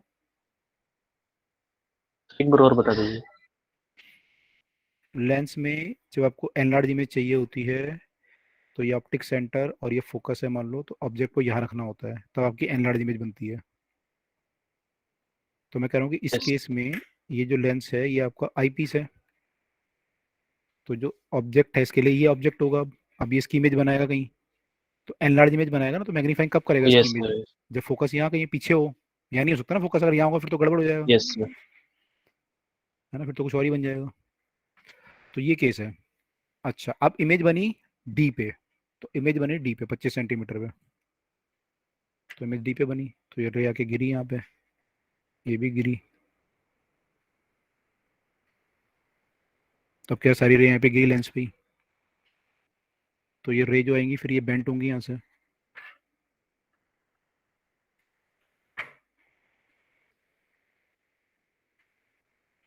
तो ये जाके कहीं मिल रही होंगी पीछे।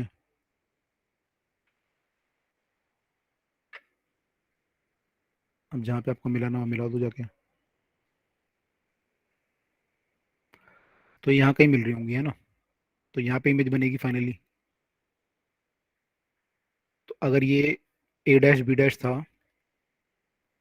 तो इसको A double dash B double dash मान लेते हैं, ये फाइनल इमेज है ना। इस केस में भी जो फाइनल इमेज बनी है वो इन्वर्टेड है with respect to the initial object और इरेक्ट है विद रिस्पेक्ट टू द, मैंने इमेज इरेक्ट है लेकिन इनिशियल के रिस्पेक्ट में इन्वर्टेड है, पहली बात। ठीक है, और यहाँ पे बनी है डी डिस्टेंस पे, तो इसको डिस्टेंस को हम डी लिख सकते हैं, कैपिटल डी या स्मॉल डी, जो भी लिखना चाहो। ये एंगल आपका जो सबटेंड कर रही थी यहाँ पे रे पहले, वो अल्फा था आई पे। अब ये जो करेगा सबटेंड एंगल वो बीटा होगा, तो वो हम बना सकते हैं, यहाँ से एक रे को पास करेंगे तो ये एंगल बीटा होगा। मैग्निफिकेशन जो होगा, अगर ये अल्फा है तो ये भी अल्फा मान सकते हैं। मैग्निफिकेशन जो होगा आपका वो फिर दोबारा वही beta by alpha, tan beta by tan alpha. अब यहाँ पे टेन अल्फा तो आप निकाल लोगे डायरेक्ट, टेन अल्फा में तो इशू नहीं है ना।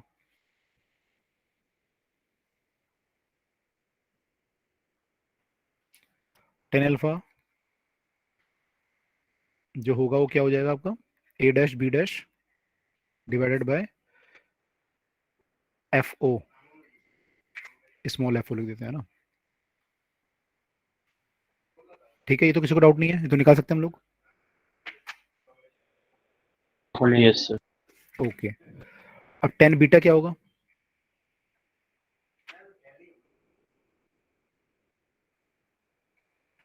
टेन बीटा होगा आपका, we can write A dash B dash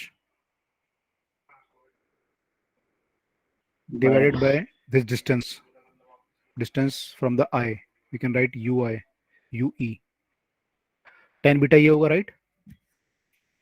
yes ठीक है जी, अब मुझे ue का वैल्यू चाहिए, क्योंकि जब मैं इसको डिवाइड करूंगा तो a डैश बी डैश तो कट जाएगा लेकिन ये ue फंस जाएगा, तो मुझे ue निकालना है। मुझे पता क्या होता है, मुझे ये पता होता है i की, ये पता है मुझे fe, और मुझे क्या पता है, v पता है। v कितना होगा मेरा, d हो जाएगा v मेरा, तो मुझे v पता है, fe पता है, मुझे u निकालना है, तो फॉर्मूला लगाऊंगा मैं। तो 1/u मेरा हो जाएगा 1/v माइनस 1/f, तो 1/u e जो होगा इक्वल टू 1/v। v को क्या लिखूं,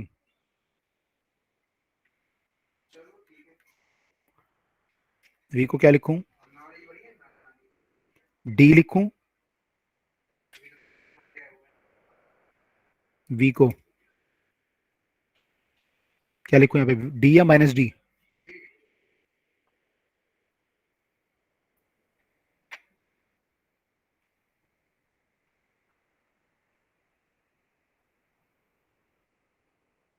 बताओ क्या लिखूं।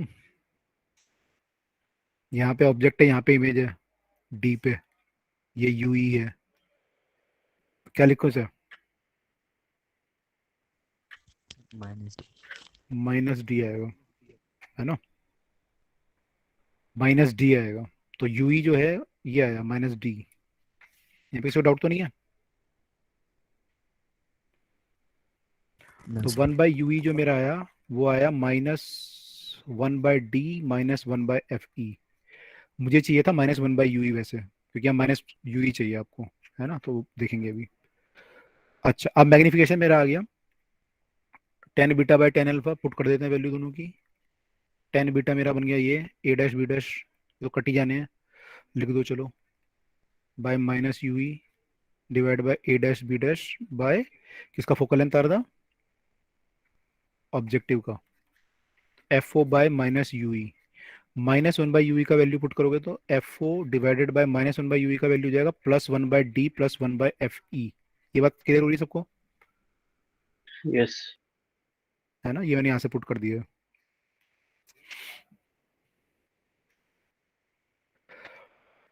तो ये आया मैग्निफिकेशन। अब मैं यहाँ पे अगर एफ ई भी कॉमन ले लूँ तो ये बन जाएगा F O by F E 1 plus F E by D, तो magnification becomes FO by FE।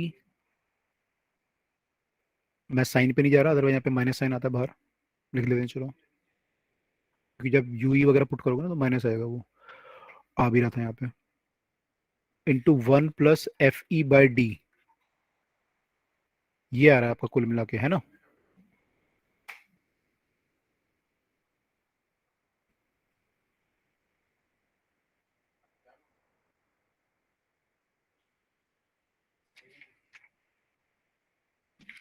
तो मैग्निफिकेशन हमारा ये आया। अगर आप दोनों को कंपेयर करो इक्वेशंस को, तो वहां पे क्या आया था, इस वाले में आया था FO बाय FE, इसमें क्या है, FO by FE divide into 1 plus FE by D, तो ज्यादा है पिछली बार से। दिस इज मैक्सिमम मैग्निफिकेशन, जो कि नॉर्मल सॉरी लीस्ट डिस्टेंट वाली कंडीशन में आया है, और ये वाला जो था वो मिनिमम था, ये वाला आपका मैग्निफिकेशन इन दोनों के बीच में लाई करेगा।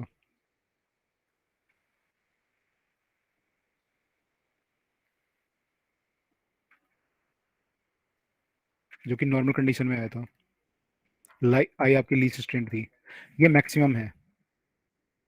Is it clear? Yes. Okay. अगर मैं लेंथ की बात करूं यहाँ पर, तो लेंथ आपको निकालनी पड़ेगी बेसिकली, आप बोल नहीं सकते डायरेक्टली कितनी है, आपको FO प्लस UE निकालना पड़ेगा बेसिकली। तो पहले UF निकालना पड़ेगा, UE निकालना पड़ेगा आपको, ये वाला डिस्टेंस है ना। तो UE प्लस F, अगर आपने UE निकाल लिया कहीं से तो यू कैन डू इट, ठीक है। Yes. ठीक है, तो UE आपको निकालना पड़ेगा। कहाँ से निकालोगे, फॉर्मूले से निकालना पड़ेगा, 1 by UE V equal to 1 by FE। VE की जगह पे हम D पुट कर सकते हैं, और FE हमें पता होता है, तो हम यहाँ से UE निकाल लेंगे, तो वहां से हम लेंथ निकाल सकते हैं, लेकिन डायरेक्ट नहीं बोल सकते कि FO प्लस FE होगा इस केस में। ये क्लियर सबको? Yes. ओके ठीक है, तो यहाँ पे हम लोग जो है टेलीस्कोप का ये पार्ट कर लिया है, अब इसके न्यूमेरिकल बाकी हैं। और एक रिफ्लेक्टिंग टाइप टेलीस्कोप होती है, वो छोटा सा होता है, उसमें कोई फार्मूला खास नहीं है, तो वो हम नेक्स्ट क्लास में करेंगे। रिफ्लेक्टिंग टाइप टेलीस्कोप कल आपकी क्लास है फिजिक्स की दोबारा, तो कल हम लोग वो करेंगे। और सैटरडे को भी आपकी 2 क्लास हैं फिजिक्स की, ठीक है। तो हम लोग कल उसे ख़त्म करेंगे, और सैटरडे को फिर हम लोग, या कल भी हो सकता है हम लोग ये वेव ऑप्टिक्स वाला मतलब पार्ट। कल और परसों दोनों फिजिक्स ही है। कल और परसों दोनों फिजिक्स हैं, कल 1 क्लास है, परसों 2 क्लास हैं, तो हम लोग वेव ऑप्टिक्स वाला पार्ट स्टार्ट कर देंगे, 2 क्लास में वेव ऑप्टिक्स करेंगे, ठीक है। एंड अगले वीक से हम ट्राई कर रहे हैं कि 5 क्लास कम से कम फिजिक्स की रखें, तो वेव ऑप्टिक्स आपका शुरू हो जाएगा। और साथ में हम लोग ट्राई करेंगे कि एक और टीचर को लगा के, या तो पैरेलल में हम आपका वो करा देंगे मॉडर्न फिजिक्स, किसी और फैकल्टी को बोल, क्योंकि मॉडर्न आपका पढ़ चुके हो ऑलरेडी, है ना, केमिस्ट्री में, तो इजी पार्ट है, टफ नहीं है। तो मैं किसी और टीचर को बोलूंगा, तो हो सकता है 2 क्लास वो लें, 3 क्लास मैं लूँ, ऐसे कुछ करके 3-4 क्लास तो हम फटाफट से फिजिक्स वाला पोर्शन फिनिश कर पाएँ। तो मैं, मेरे पास जो बचेगा फिर आपके, मैं वेव ऑप्टिक्स पढ़ाऊंगा आपको, एंड सेमीकंडक्टर बचेगा वो मैं पढ़ा दूंगा, तो वही है मेन आपका। बाकी मॉडर्न फिजिक्स सर पढ़ा देंगे, दूसरे वाले सर। एक कम्युनिकेशन वाला चैप्टर लास्ट हो, तो सिंपल है, 2 क्लास का चैप्टर है, बोर्ड के लिए इंपॉर्टेंट है, वो भी सर पढ़ा देंगे। तो मैं आपको ये और ये दोनों चैप्टर खत्म कर दूंगा फटाफट से। तो हम लोग ट्राई करने की जल्दी से हम आपका फिजिक्स वाला भी वाइंड अप करें। आई थिंक बाकी तो आपका खत्म है लगभग, बायो खत्म है आपका, बॉटनी खत्म हो गया, मेडिकल वालों का। यस सर, जूलॉजी भी खत्म। केमिस्ट्री खत्म। खत्म, फिजिक्स ही बाकी है बस। Yes sir. अरे यार, ये तो गड़बड़ हो गई। यहाँ पे हमारा मैथ्स में वेक्टर चल रहा था, अलजेब्रा, और 3D रह रहा है, प्रोबेबिलिटी रह रहा है। 3D और प्रोबेबिलिटी रह रहा है, और वेक्टर वाला आधा पार्ट। Chemistry done. और सब मेन से कुछ टॉपिक रह रहे हैं, जैसे स्टैट्स और लॉजिक। अच्छा, वो वाले आपके जो स्टेटमेंट वाले, यस नेगेशन स्टेटमेंट, वो Yes. सब है, ठीक है। तो ठीक है, हम लोग ट्राई करेंगे फिजिक्स वाला जो पोर्शन है, क्योंकि ज़्यादा आपका यही रह रहा है, तो उसको हम 5 या 6 क्लास पर वीक करके जल्दी कर पाएँ और हो भी जाएगा। अब आगे का टॉपिक ईज़ी है। मॉडर्न फिजिक्स तो आप ऑलरेडी इसमें केमिस्ट्री में पढ़ चुके हो ना सर हम? ज़्यादातर भाई एटॉमिक वाला आप पढ़ चुके हो, उसका रेडियाई-वेडियाई जो होती हैं उसके फॉर्मूले आपके होते हैं। और matter wave, de Broglie wavelength, photo electric effect, ये सब आप पढ़ चुके होगे ऑलरेडी केमिस्ट्री में, न्यूमेरिकल वगैरह। करे नहीं करे? Yes. Yes. Yes Yes. Sir yes sir कर चुके हो है ना, तो इसलिए मैंने वाला चैप्टर सर को बोला कि आप ये कर लो, मैं आपको ये वाला चैप्टर करा दूंगा। तो वेव ऑप्टिक्स करना है अब अगला। वेव ऑप्टिक जो है एडवांस वालों के लिए बहुत इंपॉर्टेंट है, उसको हम अलग से एडवांस वालों को 1 या 2 क्लास देनी पड़ेंगी यहाँ पे अलग से। बाकी मेंस के हिसाब से या नीट के हिसाब से तो फटाफट हो जाएगा, ज़्यादा टाइम नहीं लगेगा। तो मुझे लगता है कि आपके जो है वेव ऑप्टिक्स शुरू होगा अगली क्लास में, या उससे अगली क्लास में लगभग 6 क्लास लेगा। मॉडर्न फिजिक्स भी 6 से 8 क्लास लेगा, 6 से 7 मान लो मॉडर्न। और फिर आपका है सेमीकंडक्टर। सेमीकंडक्टर डिपेंड करता है आप लोगों के ऊपर, ये जो है ये भी 6 से 7 मान लो लगभग। और कम्युनिकेशन 2 से 3 क्लास लेता है, बच्चे खुद भी कर लेते हैं कई बार इसे।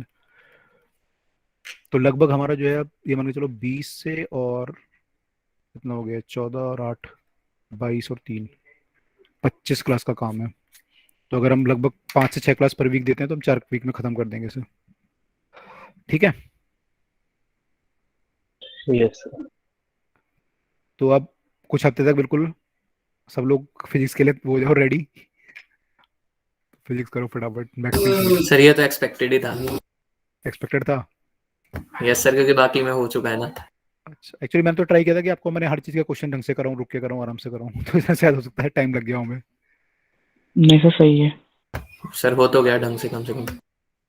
हाँ, कुछ क्लासेस भी हमें कैंसिल करनी पड़ी, मैं थोड़ी 3-4 क्लासें कैंसिल भी हुई हैं बीच में, वो भी एक रीज़न रहा बीच में। नहीं तो हम वेव हो सकता है वेव ऑप्टिक्स खत्म कर रहे होते आज। तो हम वेव ऑप्टिक्स अगर खत्म कर रहे होते तो हमारा लगभग तब भी हमारा 12-14 क्लासों का रह रहा होता। लेकिन मैंने ट्राई ये किया कि मतलब हम पहले से ढंग से चला, मुझे पता था पेपर तो लेट ही होने हैं, तो इसलिए आपकी वो स्ट्रांग बनाए फाउंडेशन, कोर्स खत्म नहीं करना ना हमें, जल्दी खत्म करके कुछ फायदा नहीं होता आपका, फिर स्ट्रांग वीक रहता है टॉपिक, फिर आप दोबारा दोबारा पढ़ते रहते हो बार बार टॉपिक, आपको फिर कभी भी कॉन्फिडेंस नहीं आता। लेकिन अब आपका टॉपिक ऐसे हो रखे हैं कि आप दोबारा पढ़ोगे तो बहुत जल्दी आपको समझ में आएंगी चीज़ें, और कॉन्फिडेंस भी आएगा आपको चीज़ों में। तो ठीक है, हम लोग फिर करते हैं स्टार्ट। कल 3 क्लास तो आपके भी मिलने वाली है इस वीक में हमें, बाकी क्लास फिर अगले वीक से मिलेंगी, तो करते हैं स्टार्ट इसको, ठीक है? सर लास्ट स्लाइड दिखा।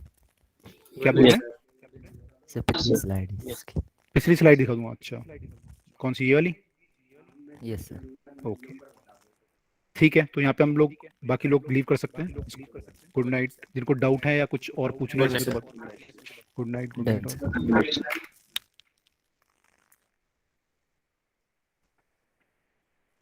Done sir. Done. Yes sir. Okay, और किसी को डाउट कुछ पूछना हो या कुछ और डाउट हो तो? नो, चलो ठीक है, तो कल तो मिल ही रहे हैं, कल मिलते हैं, कल डिस्कस करते हैं आगे। Okay okay, yes sir see you tomorrow. कुछ क्वेश्चन रह गए, हो गई डीबी पे, अच्छा दिखता कह रही है, हाँ तो कर लो सारे यार, डाउट होंगे तो पूछ लेना, दिखता मैं अब देख पाया आपका कमेंट। ओके चलिए, कल मिलते हैं।